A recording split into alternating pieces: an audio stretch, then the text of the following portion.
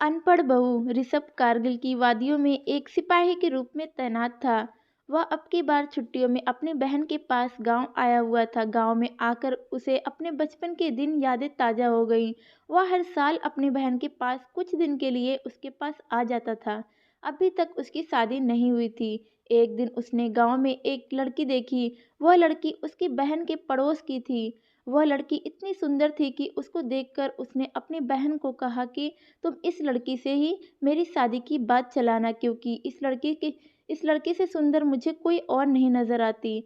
आज उसकी बहन ने उसका रिश्ता उसी लड़की से करवाने के लिए उसने अपने भाई को अपने गांव बुलाया था। वह अपने बहन के घर पहुंचकर अपनी बहन को बोला कि इस लड़की के माँ बाप से तुमने मेरी शादी की बात की।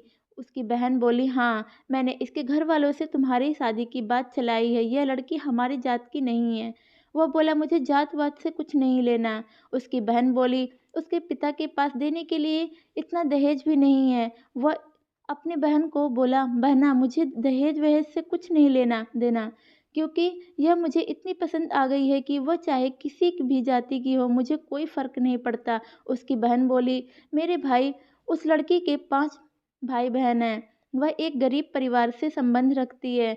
एक महत्वपूर्ण बात तो मैं बताना ही भूल गई कि यह लड़की अनपढ़ है। इसके माता पिता ने इसे स्कूल में नहीं भेजा। यह लड़की इतनी सुंदर है कि कोई भी लड़का इसकी सुंदरता पर मोहित हो जाए। वह अपनी बहन से बोला, मेरी बहन, मुझे तो सुंदर बीवी ही पसंद है।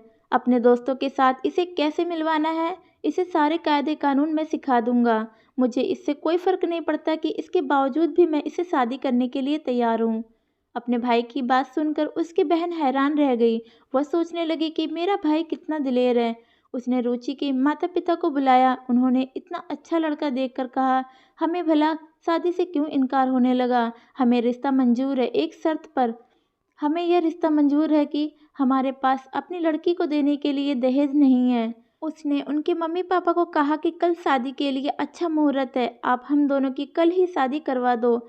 अभी मुझे भी छुट्टी है, परंतु ना जाने मुझे कब युद्ध क्षेत्र से बुलावा आ जाए, इसलिए मैं चाहता हूँ कि अपनी शादी के पश्चात अपने बूढ़े माँ बाप की इच्छा को अवश्य ही पूरी कर दूँ। लड़की वाले मान गए। उन्होंने दूसरे ही दिन ऋषभ और उनकी शादी कर दी। उसने अपनी बहन को गले लगाया और कहा, अगले साल मैं फिर आपके पास आऊँगा। यह कहकर उसने अपनी बहन से विदा मांगी। शादी करके अपने घर वापस आ गया था। उसकी पसंद को देखकर लोग उसे कहते थे, वाह, क्या सुंदर परी जैसी दुल्हन लाए हो। ऋषभ अपने मन में ही कहीं ना कहीं सोच रहा था कि पहले उसे समाज में उठने बैठने के तरीके सिखा दूँ। मैं अपने दोस्तों के साथ उसे यूं ही नहीं मिलवा सकता, क्योंकि गाँव के रहन सहन और शहर के तौर तरीकों में दिन रात का अंतर है। रुचि को अपने साथ क्लब होटलों में ले जाने लगा।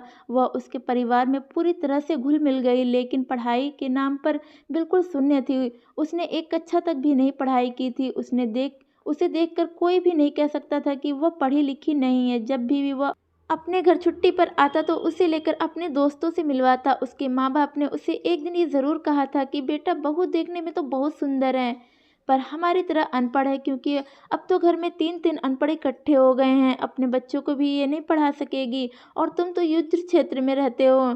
जब तुमने शादी कर ही ली है तो अब हम क्या कह सकते हैं। ऋषभ को युद्ध क्षेत्र से बुलावा आ चुका था। उसने दूसरे ही दिन रणभूमि में जाना था। उसने अपनी पत्नी से विदा ली। उसकी पत्नी ने रोते हुए अपने पति को विदा किया। वह बोला, अरे पगली, अपने पति को हंसते हुए विदा करते हैं, क्योंकि मातृभूमि की रक्षा करने का अवसर तो किसी किसी को ही, भाग्यवान को ही मिलता है।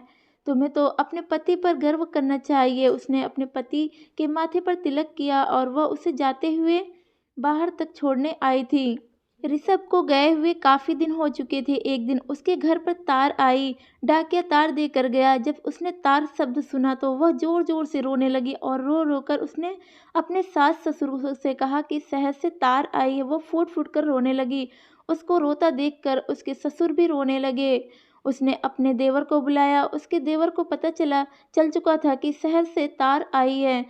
जब उसने अपने भाभी को रोते हुए देखा, बोला, भाभी, मैं बाजार जाकर सामान लेकर आता हूँ, क्योंकि शहर से फ़ोन आ चुका था कि गाड़ी 11 बजे के करीब घर पहुंचेगी। उसको रोता देखकर आसपास की औरतें भी इकट्ठा होकर जोर जोर से रोने लगीं। उन सभी को मालूम नहीं था कि तार खुशी के अवसर में भी भेजी जाती है। उन्हें तो यही मालूम था कि तार तो मरने पर ही भेजी जाती है। फोन पर भी आवाज़ साफ नहीं सुनाई दे रही थी। उसका देवर जाकर कफन ले आया। उसके माँ बाप ने सब लोगों को इकट्ठा कर लिया था। चारों ओर चीखने चिल्लाने की आवाज़ें आ रही थीं। रुचि ने सफ़ेद साड़ी पहन ली थी। उसने फ़ोन पर सुना था कि गाड़ी 11 बजे पहुंच जाएगी घर पर। उसके घर में लोगों को इतनी ज़्यादा भीड़ थी कि उसके घर में बैठने के लिए जगह भी नहीं बची थी। चारों ओर सन्नाटा ही सन्नाटा था। ऋषभ के दोस्त सब उसे आखिरी सलाम देने के लिए गाजे बाजे से विदा करने वाले थे। 11 बजे के करीब एक पुलिस की जीप उनके घर के पास खड़ी थी। उसमें से ऋषभ नीचे उतरा। उसने हैट पहन रखा था। उसने जैसे ही घर में सन्नाटा देखा और वहां से रोने चिल्लाने की आवाज़ सुनी तो उसके कानों में सीटियां बजने लगी। वह सोचने लगा कि कहीं मेरी पत्नी को तो कहीं कुछ तो नहीं हो गया, मेरी बूढ़ी माँ या पिता को तो कुछ नहीं हो गया। जो लोग जोर जोर से रो रहे हैं। उसके दिमाग में तरह तरह के ख्याल आ रहे थे। वह दौड़ा दौड़ा अंदर गया और अपनी माँ के पैर छूकर बोला, माँ प्रणाम। उसकी माँ अपने बेटे को देखकर चौंकी और उसे देखकर खुश हुई। वह बोली, हे भगवान, क्या अनर्थ कर डाला। बहू ने हमें क्या खबर दी। ऋषभ बोला कि मैंने अपने आने की खबर आपको तार के माध्यम से दी थी। वह बोला, और फ़ोन पर यह भी कहा था कि 11 बजे तक हम आ जाएंगे। ऋषभ की बूढ़ी माँ अपने बहू के पास जाकर बोली, अरे तुमने ये क्या अनर्थ कर डाला बेटा, मेरा बेटा तो जिंदा है। वह बोली कि आज सुबह ही डाकिया तार दे कर गया था। मुझे क्या पता था कि तार में अच्छी खबर भी होती है। मुझे तो पता था कि तार में बुरी ही खबर होती है। यह बातें मैंने मोहल्ले में अपनी सहेलियों को बताई। जिसने सुना वह भी यहाँ आ गए, बिना ना रह सके। ऋषभ को कहीं ना कहीं अपनी गलती का एहसास हुआ कि मैंने अपने लिए सुंदर बहू का चुनाव तो कर लिया, मगर उसे तौर तरीके सिखाने के बजाय उसे शिक्षा दिलवा दी होती तो आज उसकी जगह हंसाई नहीं होती। वह सारी जनता को संबोधित करते हुए बोला कि मैं आज आपको एक सच्चाई से अवगत करना चाहता हूँ। मैंने अपनी पसंद की लड़की से शादी की, उसकी सुंदरता पर मोहित हो गया और मैंने सोचा कि वह भी मुझे मेरे तौर तरीके सीख कर मुझे खुश कर देगी। उसने अपनी तरफ से तो बहुत कोशिश की और सफल भी हो गई, पर कहीं ना कहीं मैं यह भूल गया था कि सब तौर तरीकों से भी सबसे महत्वपूर्ण है कि मनुष्य की शिक्षा। इंसान अगर पढ़ा लिखा होता है तो वह दुनिया के किसी भी क्षेत्र में चले जाए, वह कभी निराश नहीं होगा। बिना शिक्षा के उसका जीवन अधूरा है। इसलिए शिक्षा, चाहे वो नौजवान हो या बड़ा, हर एक व्यक्ति को शिक्षा अवश्य प्राप्त करनी चाहिए। इस बात के लिए मैं रुचि को दोषी नहीं ठहरा सकता, क्योंकि मैंने उसे कभी शिक्षा प्राप्त करने के लिए जोर ही नहीं लगाया।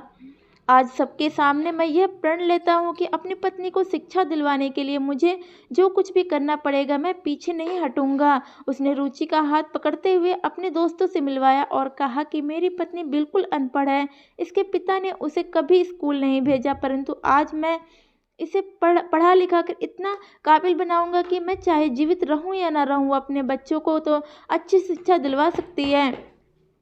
उसने प्रौढ़ शिक्षा केंद्र जाकर अपनी पत्नी की पढ़ाई के लिए एक खत लिखा। उसकी पत्नी ने प्रौढ़ शिक्षा केंद्र में जाना स्वीकार कर लिया था। वह वहां जाकर काफ़ी कुछ पढ़ना लिखना सीख गई थी। जब वह अपने मायके आई तो अपनी माँ को भी उसने कुछ न कुछ पढ़ना लिखना सिखा दिया था। यह कहानी उस समय की है जब तार के माध्यम से ही संदेश भेजे जाते थे। तो दोस्तों, आज की कहानी आपको कैसी लगी, कमेंट के माध्यम से ज़रूर बताएं।